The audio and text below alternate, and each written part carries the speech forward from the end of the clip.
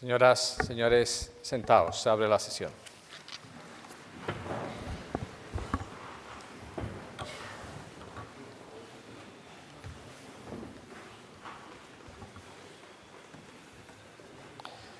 El día 18 de octubre, hoy, día de San Lucas, fue tradicionalmente para la Universidad de Alcalá, desde el año 1508, el de la inauguración de su curso académico.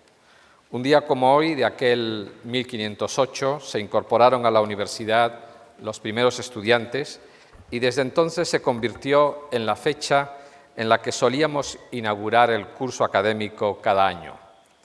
Sin embargo, la integración plena de la Universidad de Alcalá en el espacio europeo de educación superior, con el consiguiente adelanto del comienzo de curso a la primera o segunda semana de septiembre, hizo que esa fecha del 18 de octubre fuera demasiado tardía para proceder a la inauguración formal del curso. Por eso, desde hace 5 años, desde el año 2012, el 18 de octubre lo reservamos para celebrar, como hacemos hoy, la solemne ceremonia de la lección magistral Andrés Laguna, que la Universidad se honra en organizar con la Fundación Lili. Conmemoramos y evocamos hoy aquel ilustre médico, científico y humanista segoviano, hijo asimismo de otro médico, el judío converso Diego Fernández de Laguna, que seguramente inspiró y propició la vocación médica de su hijo. Aunque existen ciertas lagunas en la biografía de nuestro Andrés Laguna, probablemente ejerció su magisterio durante unos años en Alcalá a partir de 1536 y le cupo el honor de ser médico personal de Carlos V y luego de Felipe II. Europeísta y humanista destacado, recordemos que tradujo al castellano con interesantes comentarios y adiciones que duplican el original la materia médica de Dioscórides, que se convirtió en la versión de Laguna en obra fundamental de la botánica y de la farmacología de la época. Esa versión castellana fue publicada a mitad del siglo XVI, en 1554, y fue reimpresa en Amberes al año siguiente, en 1555, conociendo además 22 reediciones hasta finales del siglo XVIII, lo que es testimonio de su gran aceptación y difusión en la Edad Moderna en toda Europa. El texto base del que partió Laguna fue precisamente una versión latina impresa aquí, en Alcalá, en 1518, la de Jean de la Ruelle, que contó con la supervisión de Antonio de Nebrija, cuyo nombre figura precisamente al lado de la cátedra. Menciono esto último porque, si bien la Universidad de Alcalá es internacionalmente conocida por su compromiso con las humanidades, y en este Paraninfo se entrega precisamente el Premio de Literatura en Lengua Castellana Miguel de Cervantes. Sin embargo, una de las aportaciones de mayor interés de la universidad, especialmente en los siglos citados, fue en el campo de la medicina y la cirugía. Es preciso recordar en este contexto que el cardenal Cisneros no solo se preocupó por fundar una universidad donde se estudiara filología, derecho canónico y teología, sino que quiso incorporar también la ciencia de la medicina, consciente de la necesidad de sanar, y cito sus palabras textuales, las muchas enfermedades que cada día atribulan a los mortales. Esto lo escribió en las constituciones de la universidad. De hecho, dedica 3 de los capítulos de sus constituciones de 1510 a la medicina, los capítulos numerados como 49, 50 y 51. El 49 lleva por título Las cátedras de medicina y sus salarios. El 50, cursos de los bachilleres y licenciados en medicina. Y el 51, examen y concesión de los grados de licenciado y de doctor en medicina. Yo creo que merece la pena leerlos con atención por lo mucho que ilustran sobre el interés de Cisneros por estos estudios. Los dos primeros catedráticos de medicina de Alcalá, los doctores Tarragona y Antonio de Cartagena, se incorporaron ya en el curso 1509-1510, es decir, en el segundo curso en que se iniciaron los estudios en esta universidad.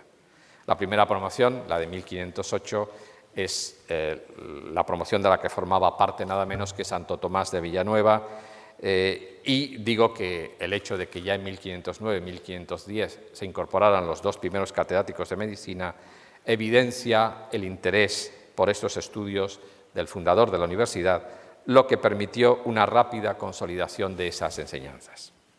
Es decir, Alcalá se enorgullece no solo de sus estudiantes insignes en las letras, como Lope de Vega o Quevedo, Calderón, entre otros muchos, sino también de los maestros que, formados en otras universidades de España o de Europa, enseñaron en nuestras aulas y forjaron lo mejor de la tradición académica de Alcalá, como los filólogos Elio Antonio de Nebrija, a quien se trajo Cisneros desde Salamanca, o Ambrosio de Morales, que tenemos aquí a mi derecha, que profesó retórica en estas aulas y en el año 1550 y que era hijo de otro catedrático de medicina de Alcalá, Antonio de Morales. O también Domingo de Soto, que no solo fue profesor de metafísica a partir del año 1520 en Alcalá, sino que también se formó en sus aulas. Sus nombres, como digo, figuran inscritos en las paredes de este Paraninfo para que se mantengan vivos en nuestro recuerdo. Pues bien, hoy, día de San Lucas, nos interesa rescatar de la memoria y reivindicar a uno de los maestros pioneros de la medicina, uno de los pocos que en la primera mitad del siglo XVI brillaron con luz propia en las aulas de Alcalá, Andrés Laguna, gracias al cual nos reunimos hoy en este Paraninfo. Andrés Laguna no fue estudiante en Alcalá, pues cursó Artes y Medicina en la Universidad de París, donde le mandó su padre. Allí debió asistir a las clases del citado Jean de la Rielle durante el periodo comprendido entre 1530 y 1536, pero después de su formación en la Universidad de París, entonces un centro de enorme prestigio en la formación médica, con otros maestros, además de la Rielle, gente como Günther von Andernach o Jacobus Silvius, Andrés Laguna regresó a España, a su Segovia natal. Era el año 1536, como digo, y entonces se incorporó, por lo que nos indican algunos biógrafos, a la Universidad de Alcalá como profesor. Aquí parece que estuvo unos 3 o 4 años solo, y sabemos que en 1539 el emperador Carlos le llamó para atender el parto de la emperatriz Isabel, que daría a luz a un niño que luego se convertiría en Felipe II. La estancia del maestro Laguna en Alcalá, como digo, fue corta, ya que en 1540, como miembro de la comitiva imperial, viajó por diversos países europeos, Inglaterra, Alemania, los Países Bajos, para acabar fijando su residencia en Gante, donde ejerció la medicina hasta 1545. En los años siguientes viajó también por otros países europeos, como Italia, hasta que en 1557 regresó a España, muriendo 2 años más tarde en una ciudad que le es también muy querida a Alcalá por su cercanía y por las estrechas vinculaciones universitarias que tuvo y que mantiene con ella. Me refiero a la ciudad de Guadalajara. Andrés Laguna, como muchos de los grandes nombres que he ido desgranando al recordar a ilustres alumnos y profesores de Alcalá, no solo destacó por su talento profesional como médico, sino que desarrolló una intensa labor como humanista y pensador en temas de hondo calado científico, filosófico, político y literario. Prueba de ello es el célebre discurso que pronunció en latín en 1543 en Colonia, en el aula magna de su universidad, por encargo del entonces rector Adolf Eichholz, titulado Europa e auton timorumene, en el que expresaba su dolor por la crisis que entonces atravesaba nuestro continente, asediado en aquel momento por los turcos, pero también devastado por la división interna de los príncipes y monarcas europeos. Podríamos pensar que estamos ahora en otro momento similar de la historia europea. Precisamente para recordar a Andrés Laguna y para conectarlo con aquel espíritu renacentista que nutrió la mejor enseñanza que se impartía en las aulas de esta universidad, la Fundación Lili y la universidad establecieron a partir del 18 de octubre de 2012 el acto anual de la lección magistral Andrés Laguna. El propósito es distinguir a un científico eminente de talla internacional que aúne la ciencia con el espíritu humanista y la posición ética ante la vida y la sociedad, y que destaque en algunas de las materias en las que sobresalió Andrés Laguna y con las que tanto la Fundación Lili como la Universidad de Alcalá se hallan comprometidas en sus esfuerzos por promover y apoyar la investigación y la ciencia. En las 4 ediciones que hemos celebrado hasta ahora, hemos tenido el privilegio de escuchar a 4 maestros singulares: a Salvador Moncada en 2012, a Jesús San Miguel en 2013, a Carlos Belmonte Martínez en 2014 y a Antonio García García en 2015. Hoy nos cabe el honor de dar la bienvenida a nuestro claustro al eminente científico doctor don Francisco Ayala, un académico polifacético y admirable, como saben todos los presentes. En España estudió física, filosofía y teología, y en los Estados Unidos, a donde se trasladó en el año 1961 y donde ha transcurrido el resto de su vida profesional, realizó estudios de genética y de evolución. No me corresponde a mí hacer la laudatio del profesor Ayala, tarea que tiene encomendada el doctor José Antonio Gutiérrez Fuentes, consejero honorífico de la Fundación Lili, por lo que no voy a extenderme más en esta presentación inicial. Sí quiero, sin embargo, expresarle mi reconocimiento al profesor Francisco Ayala, mi agradecimiento también por su dedicación inquebrantable, con su talento y con su tiempo, a la ciencia y al pensamiento, en su riguroso compromiso ético con la genética, con la evolución humana y con la filosofía de la biología. Le agradezco mucho también que haya tenido la gentileza de honrar a la Universidad de Alcalá con su presencia en este Paraninfo en el día de hoy y con su aceptación de esta distinción que se le concede. Enhorabuena, profesor Ayala, por sus éxitos y su dilatada trayectoria científica y profesional. Mi agradecimiento se dirige también naturalmente a la Fundación Lili, con la que la Universidad de Alcalá mantiene una fructífera relación. Gracias, estimado Javier Illena, presidente de la Fundación. Gracias, estimado José Antonio Sacristán del Castillo, director de la Fundación. Y gracias también a nuestro querido amigo José Antonio Gutiérrez Fuentes, consejero honorífico. Muchas gracias, asimismo, a los miembros del Consejo de la Lección Magistral Andrés Laguna. Muchas gracias a los miembros del claustro que nos acompañan en este día de hoy, fiesta de San Lucas, y a todos ustedes, señoras y señores, que han tenido también la gentileza y la amabilidad de acompañarnos en este acto de hoy en que celebramos San Lucas y la lección magistral Andrés Laguna. A todos, muchas gracias.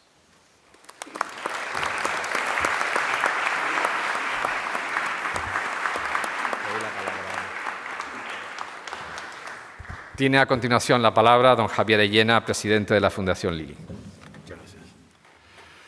Excelentísimo y magnífico señor rector, excelentísima señora vicerrectora de Investigación y Transferencia, patronos y miembros del Consejo Científico de la Fundación Lili, miembros del Consejo de la Lección Magistral Andrés Laguna, autoridades académicas, distinguidos profesores, señoras y señores, En primer lugar, buenas tardes a todos y me uno al agradecimiento en nombre de la Fundación Lili por la compañía en un día tan especial cada octubre, donde hoy festejamos ya la 5ª edición de la lección magistral Andrés Laguna. Deseo agradecer muy especialmente a la Universidad de Alcalá y a su rector, don Fernando Galván, su decidido apoyo a esta iniciativa que desde el año 2012 organizan y convocan conjuntamente la Universidad de Alcalá y la Fundación Lili con motivo de la festividad de San Lucas. La lección magistral Andrés Laguna es una iniciativa especialmente significativa para la Fundación Lili y que además forma parte de una larga historia de proyectos comunes con esta universidad. Lo que pone de manifiesto es que desde ambas instituciones entendemos que la colaboración es un ingrediente esencial para el avance del conocimiento en nuestro país. La Fundación Lili tiene como objetivo fundamental contribuir al desarrollo de la sanidad española a través de iniciativas orientadas al fomento y el apoyo científico, a la investigación, la divulgación del conocimiento científico y la formación. Las actividades encaminadas a promover el humanismo médico y los valores clásicos de la medicina siempre han constituido uno de los ejes centrales de nuestra Fundación.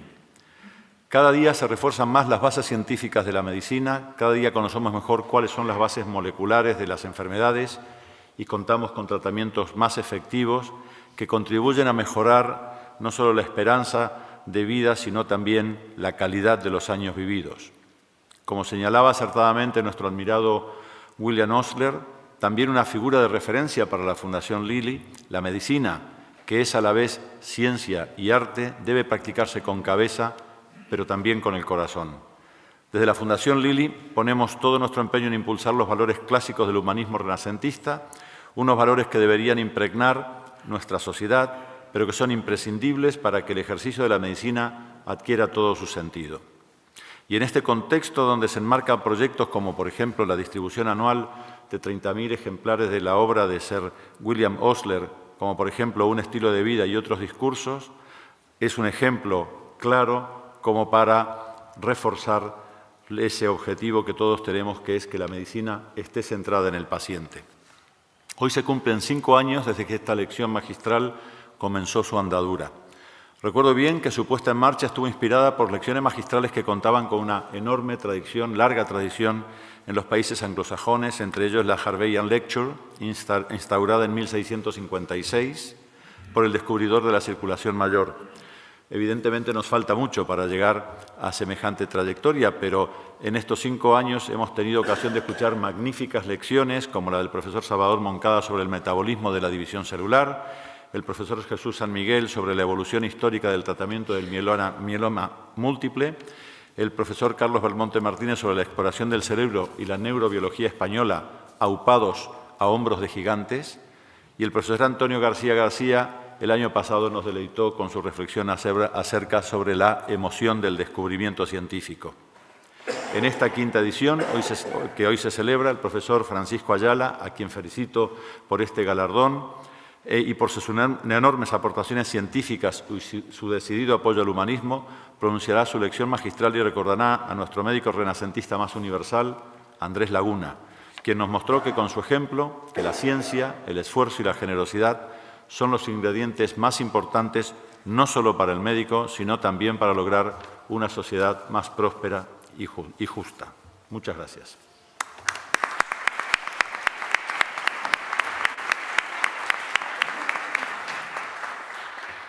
Muchas gracias. Tiene a continuación la palabra el doctor don José Antonio Sacristán del Castillo, director de la Fundación Lili, para proceder a la lectura del acta de concesión del premio.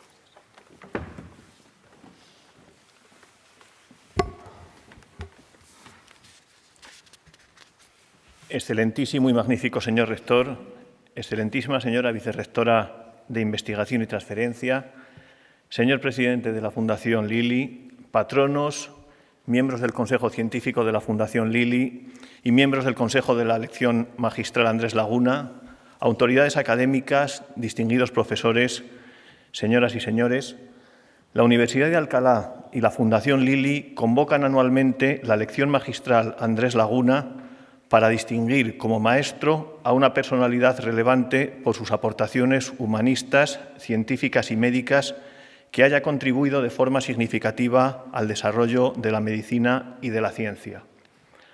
El cronista Diego de Colmenares finaliza el capítulo que dedica a Andrés Laguna señalando: «Esta es la vida y escritos que hasta ahora hemos podido averiguar de este gran segoviano, más conocido y celebrado en las naciones extrañas que en la propia, pues no hubo en su tiempo rey ni príncipe que no le honrase, ni médico docto que no venerase su doctrina».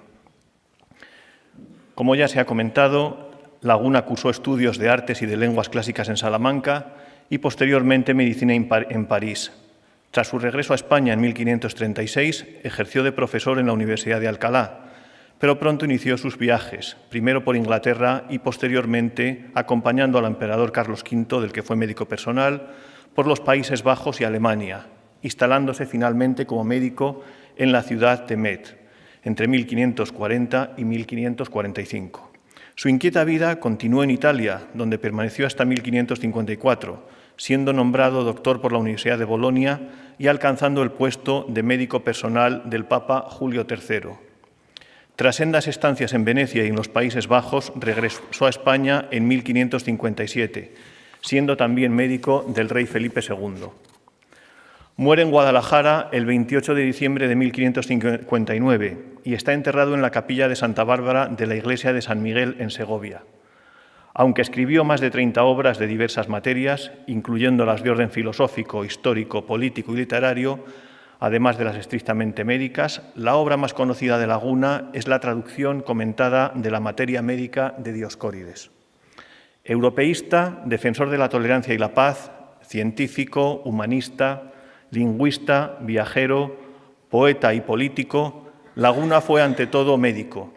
Es el prototipo de científico humanista del Renacimiento y una de las figuras más brillantes de la cultura europea de la época.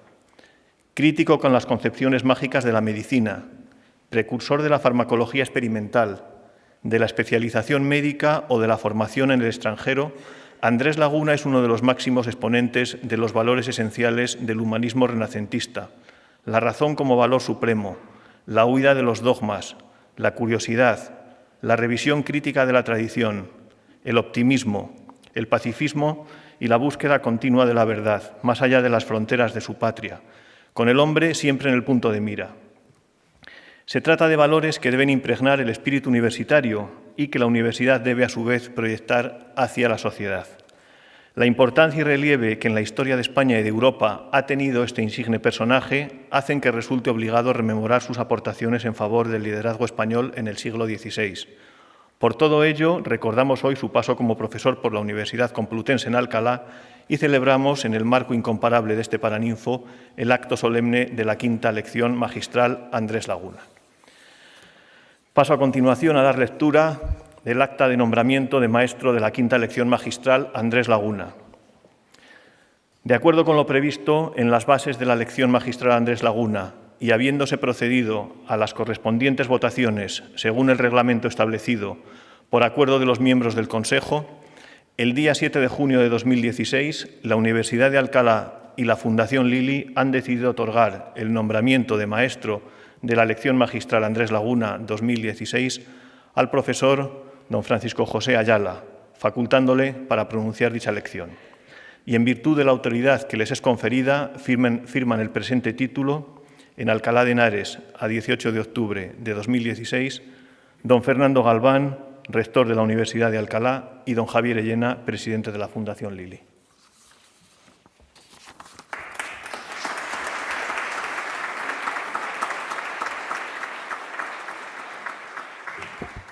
Bueno, tiene la palabra a continuación el doctor don José Antonio Gutiérrez Fuentes, secretario del Consejo de la Lección Magistral Andrés Laguna y consejero honorífico de la Fundación Lili, para dictar la laudatio.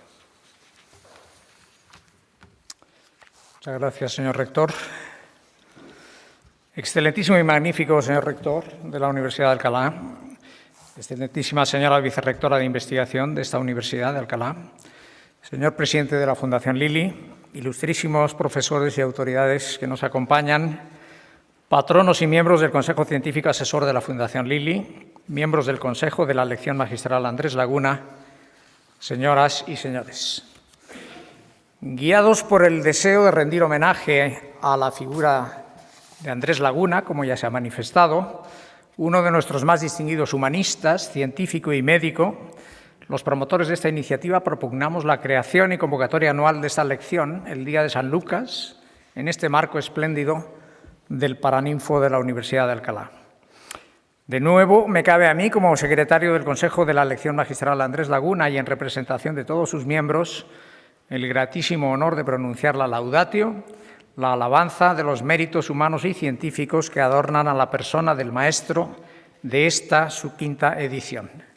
El Consejo de la Elección Magistral Andrés Laguna, en su reunión del 7 de junio próximo pasado, ha considerado al profesor Francisco José Ayala Pereda merecedor de la distinción como maestro que le faculta para pronunciar ante esta Asamblea la lección magistral 2016.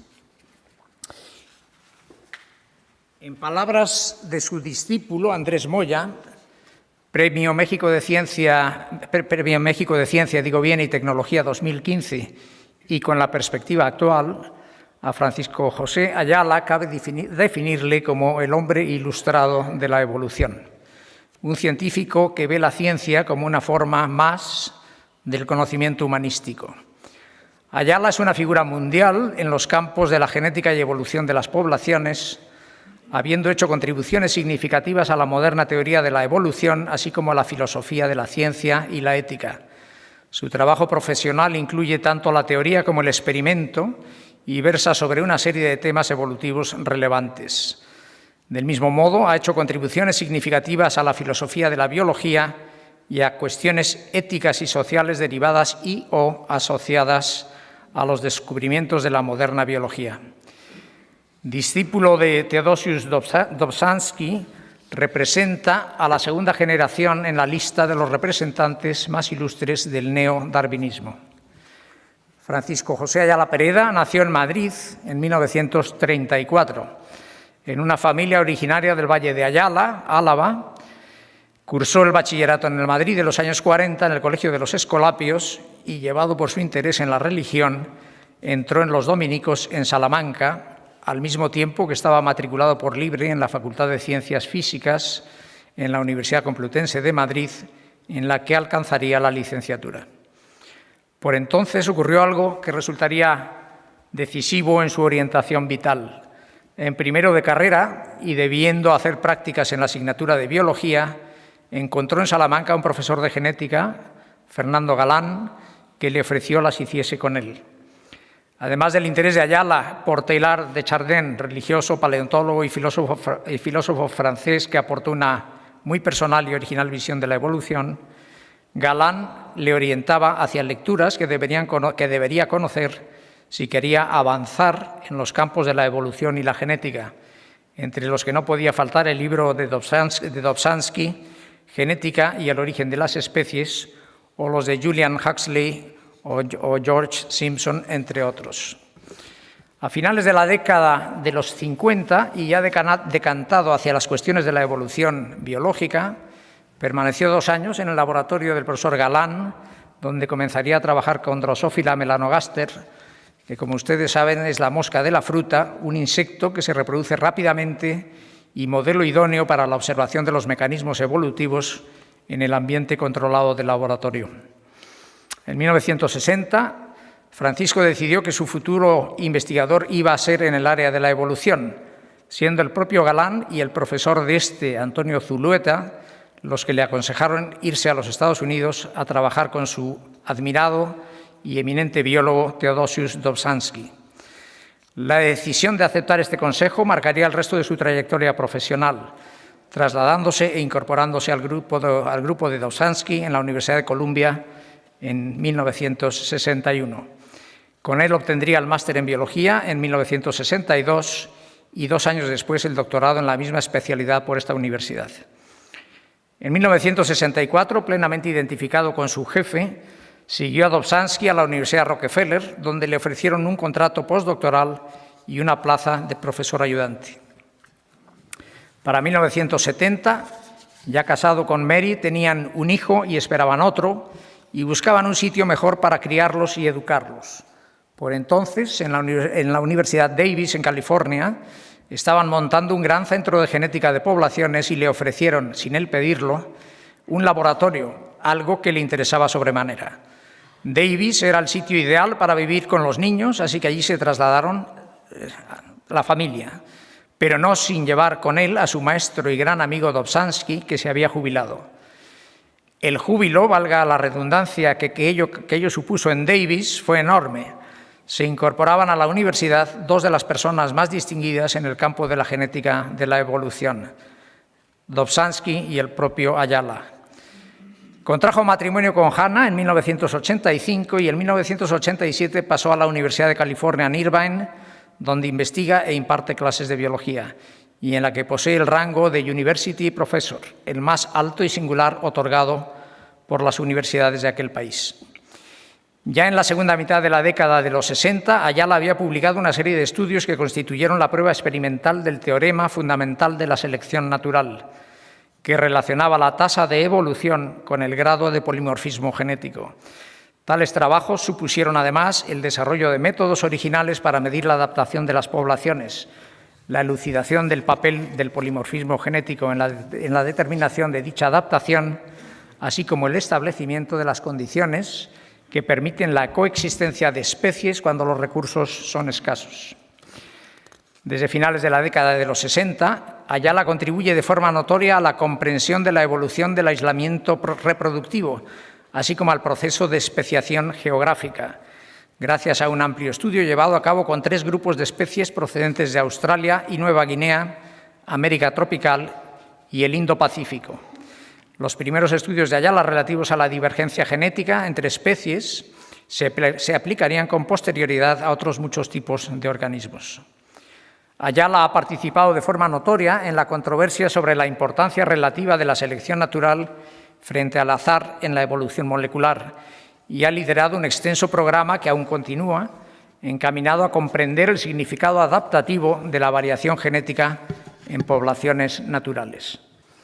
Asimismo, ha hecho contribuciones seminales a la teoría del reloj molecular de la evolución, y sus estudios experimentales, tanto con proteínas como con ADN, han permitido aclarar la verdadera naturaleza de los patrones de evolución molecular, poniendo en tela de juicio modelos previos.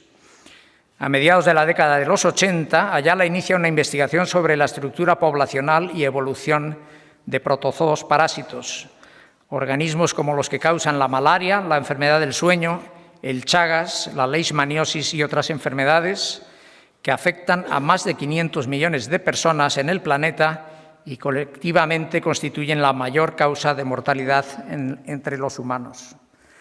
Las implicaciones potenciales de sus descubrimientos para la salud humana son enormes, ya que la estrategia para el desarrollo de vacunas u otras drogas curativas, así como para el diagnóstico y el tratamiento, es radicalmente diferente según que los organismos se reproduzcan de una forma u otra. Recientemente, Ayala y su grupo han elucidado el origen y evolución del Plasmodium, el parásito de la malaria, demostrando que el Plasmodium falciparum se ha originado a partir de un solo individuo hace algunas decenas de miles de años, hecho de gran relevancia epidemiológica e interés en salud pública.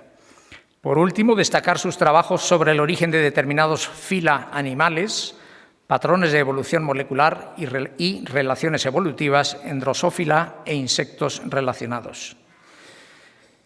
Pero en el profesor Ayala hay una ciencia reflexionada.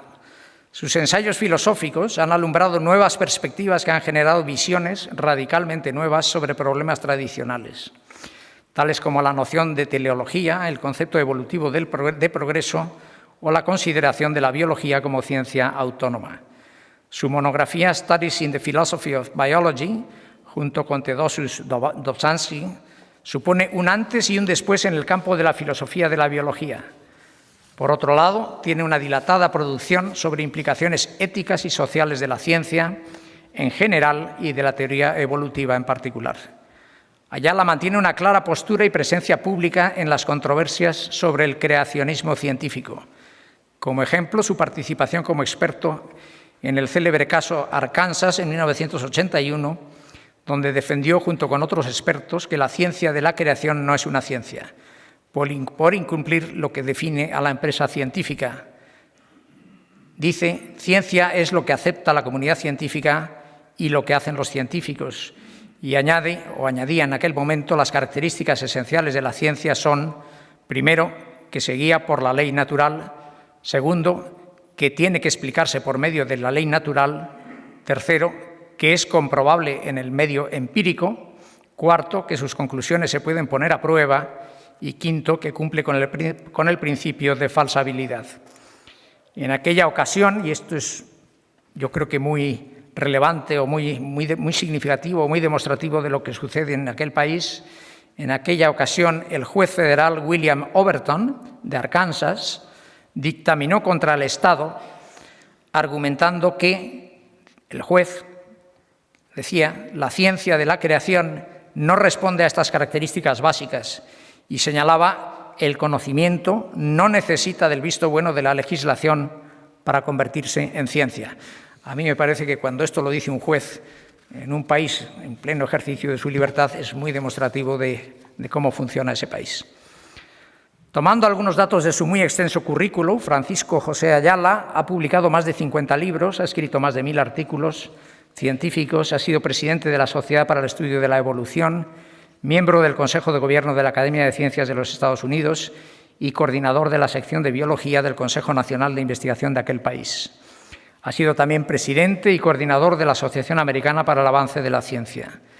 Entre las innumerables distinciones recibidas, le gusta destacar la Medalla Nacional de la Ciencia, recibida en junio de 2002 de manos del presidente George Bush, considerada como el mayor honor concedido por los Estados Unidos a un científico, y el Premio Templeton, otorgado a una persona viva que haya hecho contribuciones excepcionales a la afirmación de la dimensión espiritual de la vida, que le fue presentado por el príncipe Felipe de Edimburgo en el Palacio de Buckingham el 5 de mayo de 2010. Es miembro de múltiples academias, entre las que citaré la Academia Nacional de Ciencias de los Estados Unidos, la Real Academia de Ciencias Exactas, Físicas y Naturales de España y la Academia de Ciencias rusa. Es doctor honoris causa por las universidades de Atenas, Bolonia, Vladivostok, Masaryk, Complutense de Madrid, Barcelona, León, Vigo, Valencia, Salamanca y, desde hace solo unos días, la Pontificia de Comillas, entre otras. Pero no puedo concluir estas palabras sin destacar el compromiso de Ayala con el desarrollo de la ciencia. Su laboratorio ha sido y es crisol de investigadores procedentes de nuestro país y otros países iberoamericanos. Allí, decenas de ellos dieron los primeros pasos en áreas tecnológicamente inaccesibles en sus países de origen, al tiempo que se beneficiaban de los conceptos y las teorías más avanzadas del momento. Muchas universidades y centros de investigación de España, Brasil, Chile, Argentina, Venezuela, México, Colombia, Bolivia, Ecuador, Panamá, etcétera, cuentan con científicos formados con él, sin olvidar el nutrido número de los procedentes de países europeos y asiáticos. Muy sensible a la situación actual de la ciencia en nuestro país, desde su relevante posición en el sistema científico norteamericano, Ayala ha desarrollado activas campañas para promover la comunicación científica con España y los países iberoamericanos. Pero como todo no había de ser ciencia, o al menos ciencia de laboratorio, Ayala también es viticultor y con Hanna, experta en ecología social y defensa del medio ambiente y fundadora de Pangea World, una corporación que defiende una visión global para promocionar la ciencia y proteger la biodiversidad, poseen en California grandes viñedos cuya uva comercializan con las diversas denominaciones de origen del Estado. Ayala, generoso y comprometido con su universidad, hace hoy 5 años anunció que donaría $10 millones de sus beneficios como viticultor a la Escuela de Medicina de la Universidad de California en Irvine, a razón de $1 millón al año durante una década. Antes ya había donado a la misma universidad la cuantía del $1 millón del Premio Templeton. Queridos amigos, en este momento y con la perspectiva de su inigualable biografía, debo sostener que la decisión de Francisco José Ayala de permanecer en los Estados Unidos ha tenido mayor impacto en su compromiso de universalizar la ciencia que el que hubiese podido alcanzar desde su país natal. De su vida, me atrevo a concluir para los jóvenes investigadores: sigue su ejemplo, no esperes que la oportunidad venga a ti, ve tú en su búsqueda. Señoras y señores, debo terminar y lo hago. Querido Francisco, la lección magistral Andrés Laguna se siente orgullosa de recibirte como su maestro 2016. En nombre de los miembros de esta iniciativa, en el de cuantos nos hemos beneficiado y confiamos seguir haciéndolo de tus esfuerzos y conocimientos, en el de los que nos disponemos a escucharte y en el mío propio, gracias. He dicho.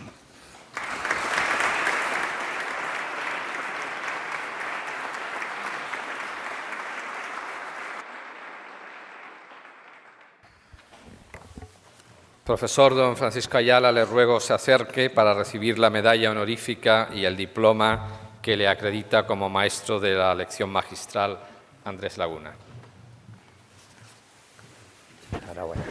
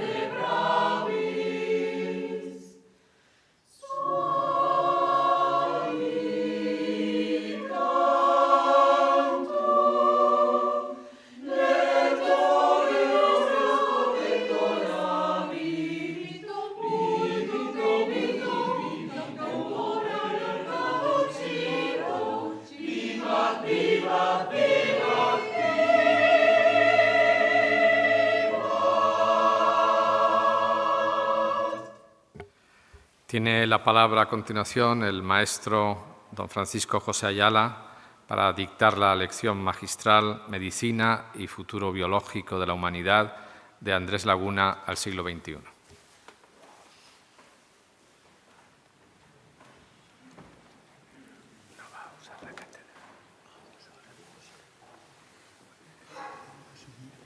Profesor Ayala, se dirige a la cátedra. Eso es. Ah, bien. Yo pensé que no iba a usar. Sí, yo también, pero Diciendo que subió y bajó para sí, probar. sí, por eso pensaba que... pero me ha extrañado que viniera.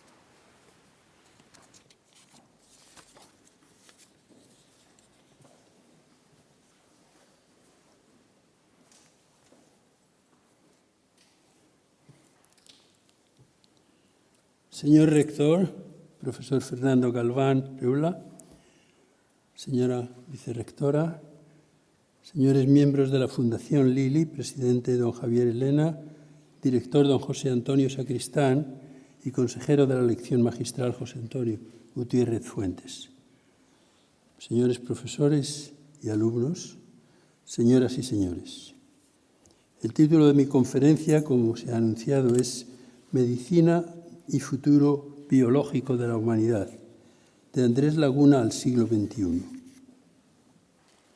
Entre las numerosas obras del extremadamente polifacético Andrés Laguna, que vive de 1511 a 1559, destacan sobremanera su epítome sobre Galeno, seguido por sus anotaciones sobre Galeno, de nuevo unos 5 años más tarde, y el trabajo ya mencionado por el señor rector, entre otros, Dioscórides, traducción del texto griego al castellano de la gran enciclopedia generalmente conocida como Materia Médica de Dioscórides, donde Laguna explica y corrige el texto griego original y sobre el cual se puede afirmar, siguiendo a Juan Riera Palmero, el capítulo más brillante de la obra de Andrés Laguna es, sin disputa, su versión castellana del Dioscórides, al que deben sumarse sus contribuciones a la historia natural.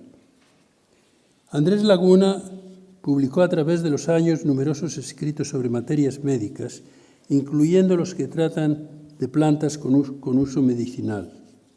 Es notable el esfuerzo que hace en describir en detalle las características de cada planta, considerando los diversos nombres usados para referirse a ellas y señalando su abundancia o escasez en los lugares donde se pueden encontrar. Sigamos pensando que estamos hablando de la primera mitad del siglo XVI. La mayoría de los medicamentos que se preparaban en la época procedían del reino vegetal. Laguna considera las aplicaciones recomendadas para cada planta con gran cautela, rechazando usos sin fundamento postulados a veces en escritos populares. Laguna mantiene además a través de los años interés considerable por cuestiones de anatomía, particularmente la humana. En 1534, recién terminados sus estudios de medicina en la Universidad de París, publica su Anatómica Methodus, el método anatómico, donde compara los conocimientos clásicos, principalmente provenientes de Galeno, con sus observaciones personales basadas en sus propias disecciones. Andrés Laguna, nacido en Segovia en 1510 o 1511, como ya hemos oído, pasó gran parte de su vida fuera de España, con estancias de unos meses a algunos años en París, los Países Bajos, Metz, Colonia, Bolonia y Roma, incluyendo en estos viajes vueltas ocasionales a España. Con apenas 14 años, su padre, el médico judeo converso Diego Fernández Laguna, le manda a estudiar a Salamanca, donde cursa parte de su bachillerato de artes y donde comienza a desarrollarse su interés por las plantas medicinales. De Salamanca pasa a finales de 1530 o principios de 1531 a París, donde termina sus estudios de medicina en 1534. Fue médico de Carlos V y de Felipe II y de los papas Pablo III y Julio III. A mediados de 1554 va de Italia a Bruselas y Amberes. En 1557 vuelve a España, primero a Salamanca, ya enfermo, y de allí a Segovia, muriendo poco después en Guadalajara, el 28 de diciembre de 1559. Ese es Andrés Laguna. ¿Cuál es la situación de la medicina y de la biología médica a principios del siglo XXI? 457 años después de su muerte. Tenemos desde 2001 el boceto del ADN del genoma humano, la secuencia de 3.000 millones de nucleótidos que determinan la herencia que un ser humano recibe de cada uno de sus padres. La secuencia definitiva se publicó 2 años más tarde, en 2003. ¿Qué hemos aprendido de esa secuencia? Mucho o muy poco, dependiendo de cómo se considere la cuestión. El proyecto Genoma Humano se emprendió en Estados Unidos en 1989 con un presupuesto de $3.000 millones y la expectativa de que se terminaría 15 años más tarde. Se terminó algo antes de lo planeado, en 2001, el boceto, y en 2003 la secuencia final. Cuando se anunció el proyecto, hubo biólogos moleculares, incluyendo algunos premios Nobel, que ingenuamente pensaban que la secuencia del ADN nos daría a entender lo que es el ser humano. Yo estuve envuelto en el proyecto como representante de la Academia Nacional de Ciencias de los Estados Unidos y también por parte de los Institutos Nacionales de la Salud, en cuyo Congreso de Gobierno era miembro en esa época. Eran los Institutos Nacionales de la Salud los que financiaban y administraban el proyecto. Publiqué por aquel entonces varios artículos sobre ello, en reacción, en parte, con las conclusiones ingenuas de estos científicos distinguidos. Mi mensaje se puede resumir como sigue, metafóricamente. Supongamos que tenemos 500 volúmenes del tamaño del Quijote, los cuales sumarán unos 3.000 millones de letras, tantas como los nucleótidos, los componentes de un genoma humano. Estos 500 libros están escritos usando un alfabeto que conocemos, las letras del ADN, pero en un lenguaje que no entendemos. Descifrar la secuencia de las letras en los 500 volúmenes de por sí no nos dará a conocer lo que los libros dicen. El proyecto, escribía yo, descifrará la secuencia de los 3.000 millones de letras, pero no lo que es un ser humano.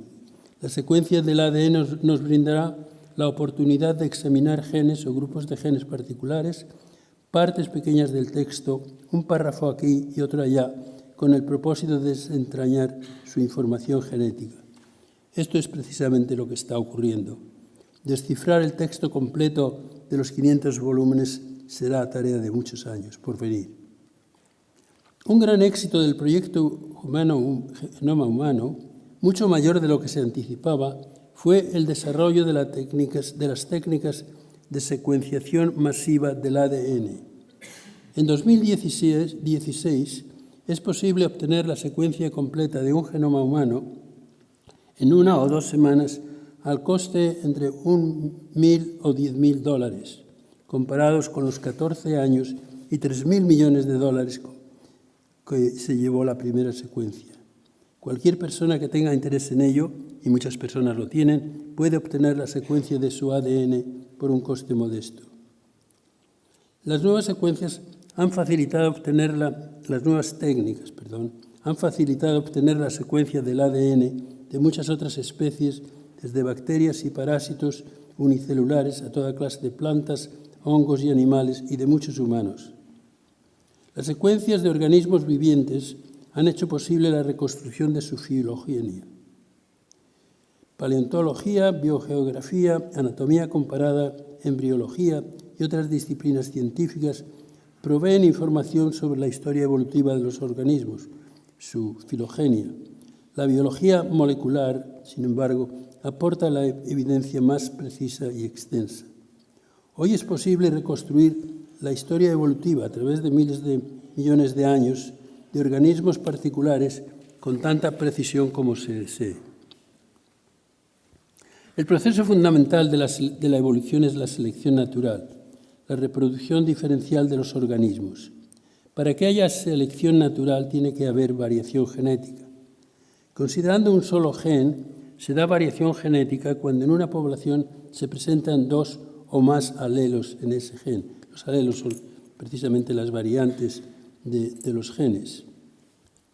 Los 2 genomas que heredamos, uno de cada progenitor, uno del padre y otro de la madre, difieren en aproximadamente 1 o 2 nucleótidos, 1 o 2 componentes de cada 1000. Así, de 3 a 6 millones de nucleótidos son diferentes entre los 2 genomas de cada individuo humano. Es una cantidad de polimorfismo genético, algo que no sospechábamos antes de la secuenciación del genoma humano. Los polimorfismos que cuentan para la selección natural, para la evolución, son los que impactan la probabilidad de supervivencia y reproducción de sus portadores. El resto de los nucleótidos pueden aumentar o disminuir en frecuencia por azar, sin consecuencia con respecto a la selección natural, y por lo tanto sin impactar la probabilidad de sobrevivir o de tener descendientes. Se dan muchos genes en nuestra especie cuyos alelos, sus variantes, son uno más beneficioso que el otro, aunque el alelo menos beneficioso no causa enfermedad o defecto propiamente tal. Dos ejemplos son el gen que codifica la lactosa y el gen o genes que codifican la melanina. La lactosa permite digerir la leche. El alelo que codifica la lactosa es beneficioso en países que cultivan ganado de leche, pero no causa daño donde no existe. La melanina protege del sol, que en países tropicales aumenta la incidencia del melanoma, el cáncer de la piel. En las poblaciones humanas se han identificado más de 2.000 enfermedades, malformaciones y otros defectos cuya causa es genética. Los trastornos genéticos pueden ser, utilizando la terminología de los genéticos, dominantes, recesivos, multifactoriales o cromosómicos. Los trastornos dominantes son causados por la presencia de una copia única del gen defectivo, heredado de solo uno de los padres, de manera que el trastorno se expresa en los individuos que poseen un alelo normal y uno defectivo. En el caso de los trastornos recesivos, el alelo defectuoso está presente en ambos genomas. Tiene que haber sido heredado de cada progenitor. Los trastornos multifactoriales son causados por interacciones entre varios genes, a veces localizados en diferentes cromosomas. Los trastornos cromosómicos se deben a la presencia o ausencia de un cromosoma entero o de un fragmento de cromosoma. Ejemplos de trastornos dominantes son algunas formas del retinoblastoma y otros tipos de ceguera y el enanismo acondroplásico. La acondroplasia es un tipo de enanismo causado por un gen dominante que causa que sus portadores tengan torso normal, pero brazos y piernas cortos y frente protuberante. Velázquez perpetuó en sus cuadros a varios acondroplásicos, como el bufón Sebastián de Morra y Mari Bárbola, que aparecen las meninas en la esquina inferior derecha, detrás del perro y junto a quien parece un niño, pero se trata también de un enano, aunque de tipo diferente. Trastornos recesivos son la fibrosis quística, la enfermedad de Tay-Sachs y la anemia malciforme, causada por un alelo que en una sola copia protege contra la malaria. Son ejemplos de enfermedades multifactoriales la espina bífida y el paladar hendido. Entre los trastornos cromosómicos más comunes está el síndrome de Down, causado por la presencia de un cromosoma 21 extra. Se estima que la incidencia de trastornos genéticos en la población humana actual es del 2,56%. Los trastornos genéticos afectan a unos 180 millones de personas en la humanidad actual. La selección natural reduce la incidencia de los genes que causan la enfermedad más efectivamente en los trastornos dominantes que en los recesivos.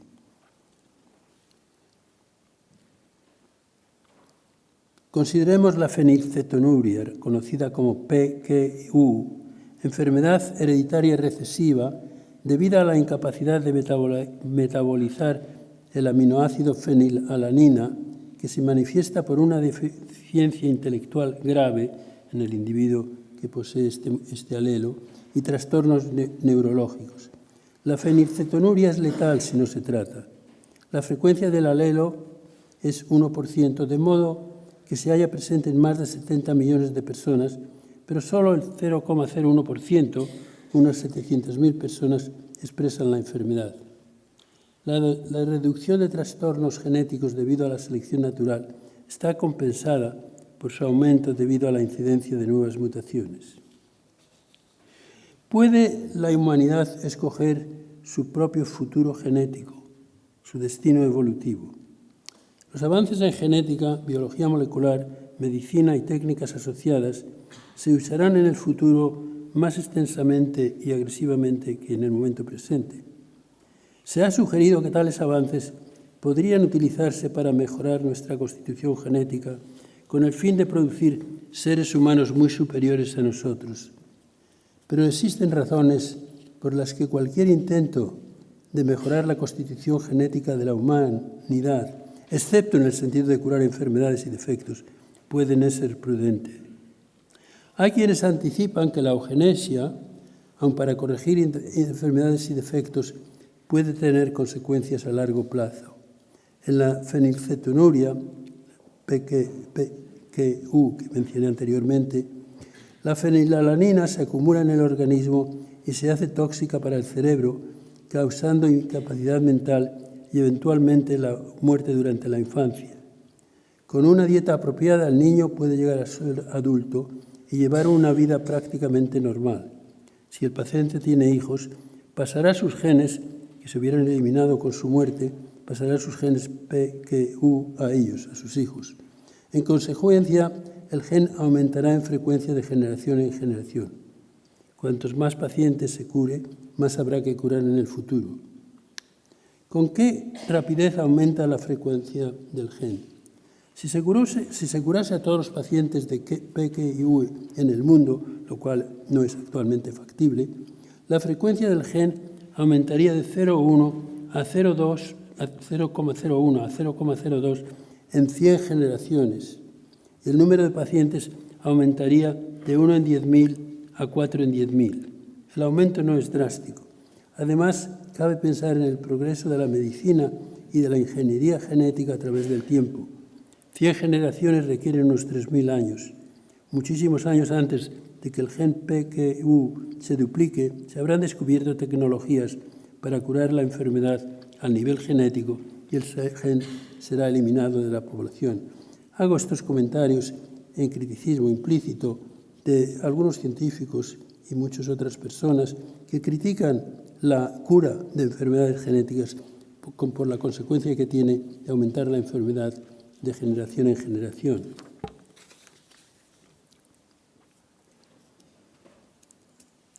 Las mutaciones que surgen en cada generación efectivamente van sumando a las de las generaciones anteriores si se cura a las personas que poseen esas enfermedades genéticas.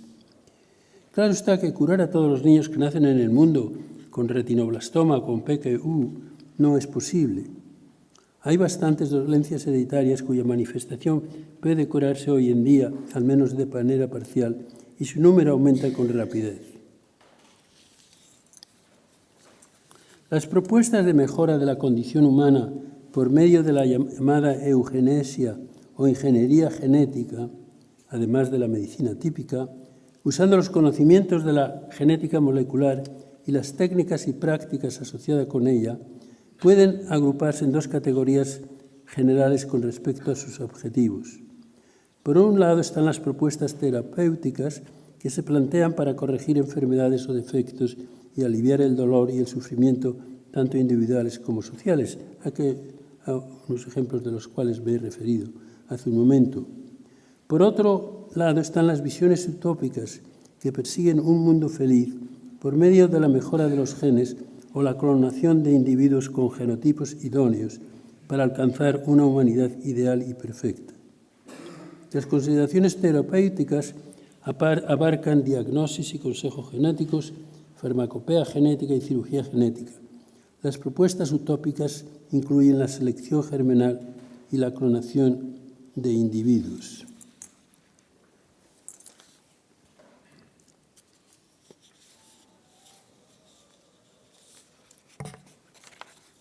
Los diabéticos necesitan inyectarse la hormona insulina para poder digerir el azúcar que sin ella se acumula en el organismo con efectos debilitantes y hasta fatales. La insulina es una proteína sintetizada en el páncreas. La compañía farmacéutica Eli, lo voy a pronunciar en inglés, Eli Lilly, introdujo en el mercado Humulin, una insulina idéntica a la humana porque está sintetizada bajo el control del gen humano de la hormona. Es la primera vez que se había producido un producto genético humano como producto farmacéutico. La producción de insulina humana fue el primer éxito farmacéutico en gran escala de la ingeniería genética, una tecnología emergente que llegó de la mano de los avances de la genética molecular. La venta anual de Humulin alcanza más de 3.000 millones de euros.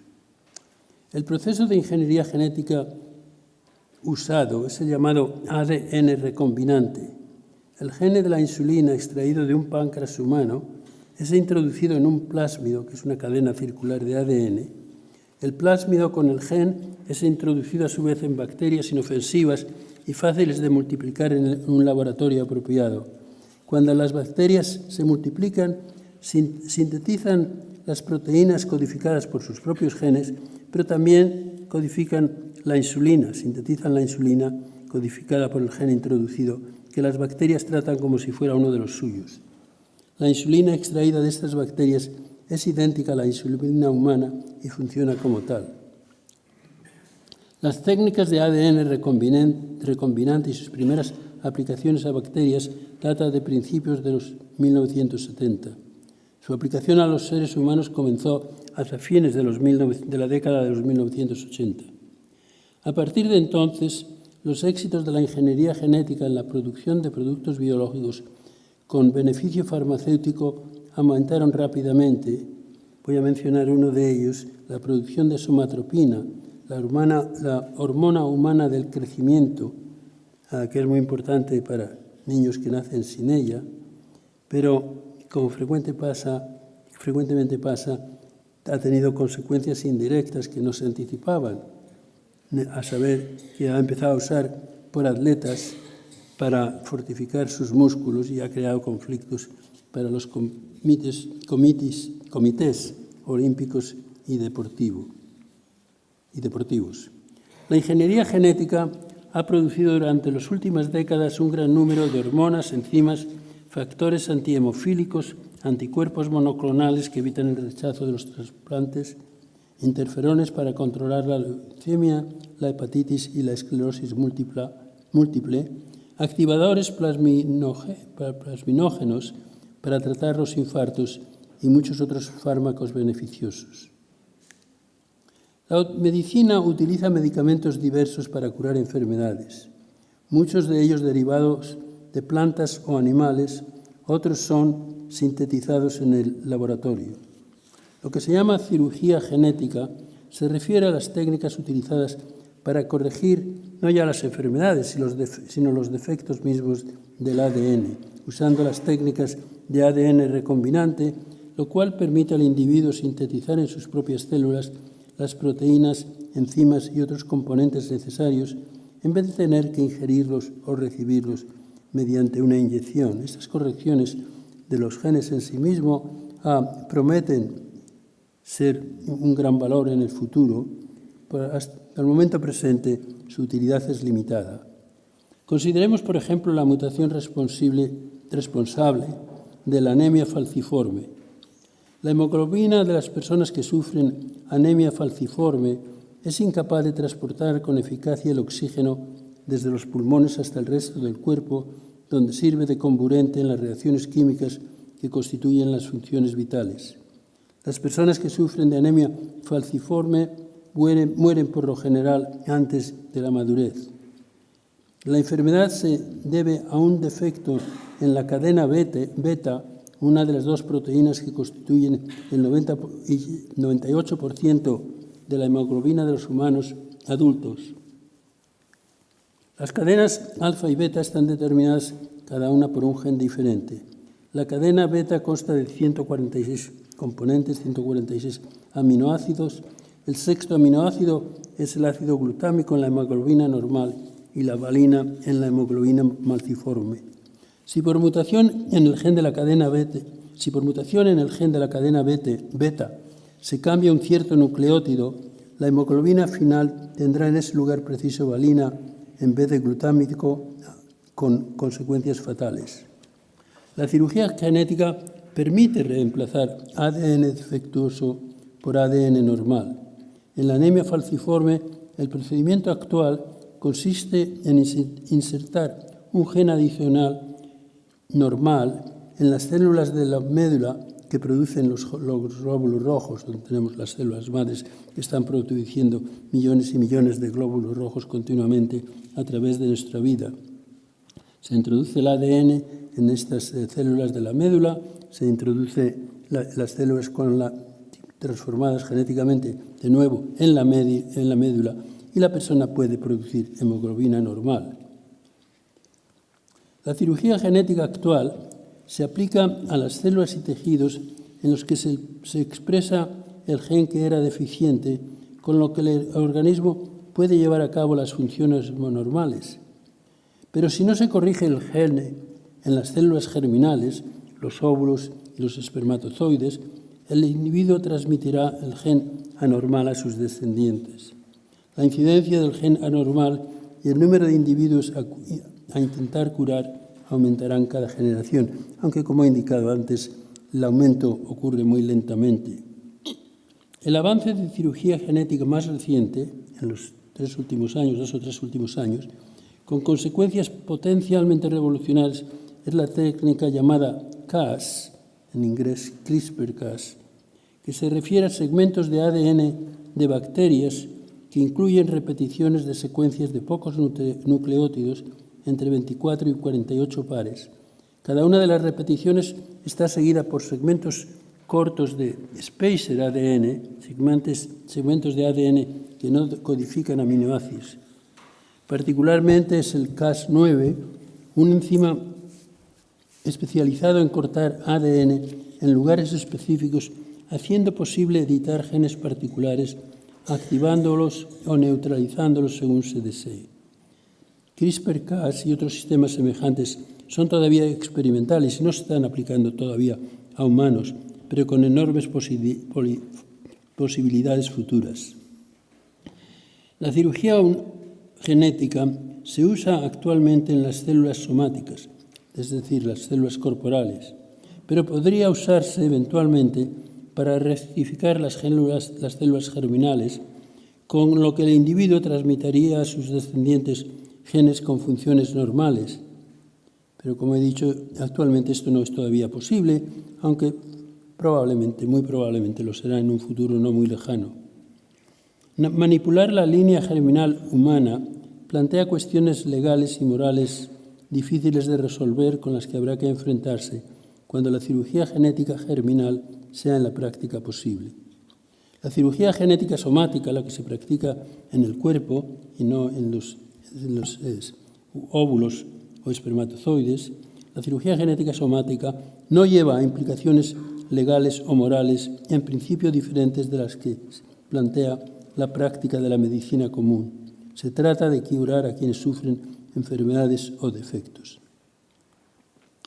Cirugía genética experimental se ha llevado con éxito en genes causantes de enfermedades importantes como la enfermedad de Parkinson, la leucemia linfática crónica, el mieloma múltiple y la hemofilia. Entre 2013 y 2014, compañías farmacéuticas americanas invirtieron más de $600 millones, más de 500 millones de euros, en cirugías y terapéuticas genéticas. Los avances han sido importantes, pero las prácticas actuales frecuentemente llevan a consecuencias indeseadas. Los efectos negativos incluyen respuestas inmunes contra la inclusión de una entidad extraña, causan leucemia, tumores y otros problemas típicamente provocados por los virus o plásmidos vectores, los que transportan los genes normales al genoma del individuo enfermo. Frecuentemente, las correcciones de cirugía genética son además de poca duración y requieren tratamientos repetidos, lo cual aumenta los costes y otros inconvenientes. Otro problema es que las enfermedades genéticas más comunes son multifactoriales, causadas por interacción entre varios o muchos genes, más allá de las posibilidades terapéuticas actuales de la eugenesia. Una sección final para hablar de la clonación. El término clonación tiene significados variables, aunque siempre implica copiar una entidad biológica. Tres usos comunes se refieren a la clonación de genes, la clonación de células y la clonación de individuos.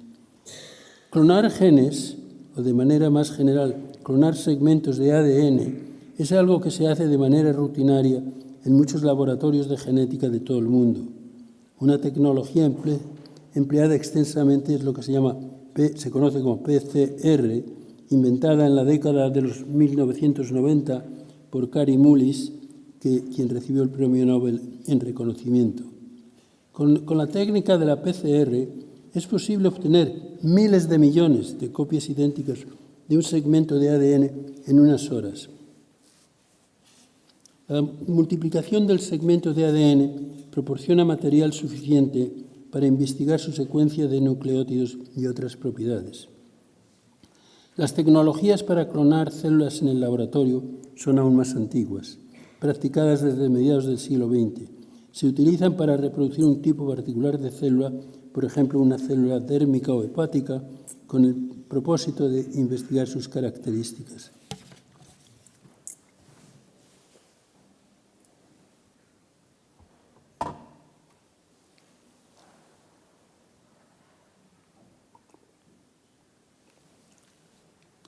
Finalmente me he acordado que me habían dicho que iban a poner agua para ayudarme con mi discurso. Las tecnologías para clonar células en el laboratorio, como digo, se han utilizado desde mediados del siglo XX. La clonación celular es un proceso natural también, primero en el caso de las bacterias y otros microorganismos que se reproducen mediante clonación, es decir, la división de una célula individual en dos células idénticas entre sí y a la célula madre. La clonación celular o duplicación celular tiene lugar asimismo en organismos pluricelulares, como las plantas o los animales y como somos los humanos, cuando las células se multiplican mientras forman un tejido concreto, piel, músculo o glóbulos rojos de la sangre. Los organismos multicelulares empiezan con una célula que se duplica una y otra vez, es el huevo fecundado, aunque el proceso incluye diferenciación de los tipos celulares que constituyen los diferentes tejidos. Algunas células se duplican exactamente, como es el caso de las células térmicas o los glóbulos rojos, mientras que otras se diferencian, es decir, cambian durante su replicación. Así, las células madre embrionarias humanas se desarrollan en células de piel, de músculo y los más de 200 tipos de células que existen en los humanos.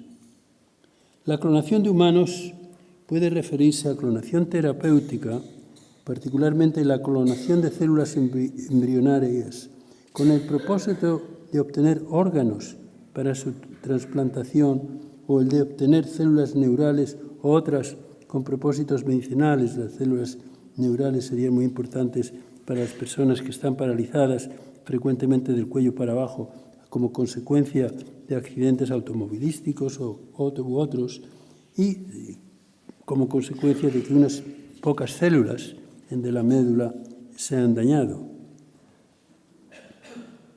Más típicamente, la clonación de humanos se refiere a clonación reproductiva en los escritos comunes, consistente en la transferencia del núcleo de una célula somática a un óvulo, técnica conocida como Somatic Cell Nuclear Transfer, transferencia nuclear de una célula somática. Pero propiamente no es posible clonar un individuo humano, aun si se clonara su genoma. Genomas idénticos desarrollados en contextos diferentes, biológicos, familiares, sociales y culturales, resultarán en individuos totalmente diferentes, aunque se parezcan físicamente al individuo original. Además, consideraciones éticas, sociales y religiosas entran en juego que llevan, desde mi punto de vista, a rechazar toda propuesta de clonar a una persona y en contra de propuestas que creo ingenuas y equívocas que se han hecho. Una técnica reciente de clonación es la técnica de reemplazamiento mitocondrial, que se está usando con cierta frecuencia ya, muy recientemente, con la que se produce un embrión con genes de 3 individuos. Se utiliza cuando la mujer que quiere ser madre lleva en sus mitocondrias, estas partículas que existen dentro de las células, y cuando la mujer que quiere ser madre lleva en sus mitocondrias genes causantes de enfermedades serias. Estas mitocondrias tienen ADN también, como las tiene el ADN general de la célula, en el núcleo. Las mitocondrias del embrión vienen todas de la madre, ninguna del padre. La técnica consiste en obtener un óvulo de una mujer donante cuyo núcleo genético se destruye y se reemplaza con el genoma del núcleo de la mujer que quiere ser madre y el del padre. El embrión entonces tiene los genes nucleares del padre y de la madre, y por lo tanto la inmensa mayoría de su genoma, pero tiene los genes mitocondriales de la mujer donante, evitando así las enfermedades causadas por las mitocondrias de la madre. Un resultado previsto de la investigación sobre clonación de células es la clonación terapéutica de órganos. El donante óptimo para una persona que necesita un trasplante de riñón sería un riñón clonado a partir del genoma del mismo paciente. Si las células de una persona se clonan de manera que se diferencien en un riñón, un hígado o algún otro órgano destinado a sustituir un órgano enfermo del donante, el proceso parecería aceptable social y moralmente. Esta es una técnica que está avanzando muy rápidamente y que esperemos que sea accesible en un futuro no muy lejano. Me han pedido que, además de hacer esta presentación, lo que está implicado en el título de mi conferencia, que hiciera unos comentarios personales, aunque ya los ha hecho el profesor José Antonio Gutiérrez Fuentes muy bien. Y voy a decir brevemente que yo estudié filosofía, teología y física en España, leyendo a Teilhard de Chardin, un paleontólogo jesuita francés, que escribió un libro muy importante sobre la evolución humana. Decidí estudiar yo mismo la evolución humana. Entonces fui a Columbia University, donde trabajé con Theodosius Dobzhansky, uno de los fundadores, muchos pensarían que es el fundador más importante de la teoría moderna de la evolución.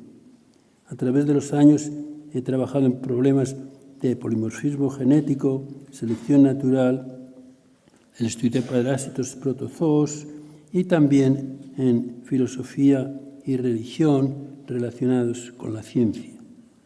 Además, he jugado un papel muy importante y repetidamente y he invertido mucho tiempo en organizaciones científicas, como se ha mencionado, en la Academia Nacional de Ciencias de Estados Unidos, el haber sido presidente de la American Association para el Avance de la Ciencia, la organización científica más grande del mundo, y en muchas otras que podría mencionar, y lo único que conseguiría con ello es cansarles y perder su interés. Muchas gracias.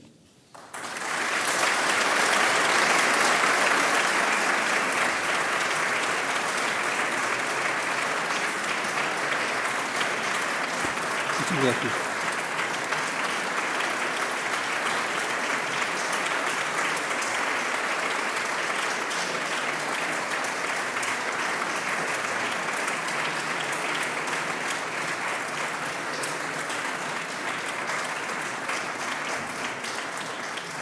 Muchas gracias de nuevo por su amabilidad.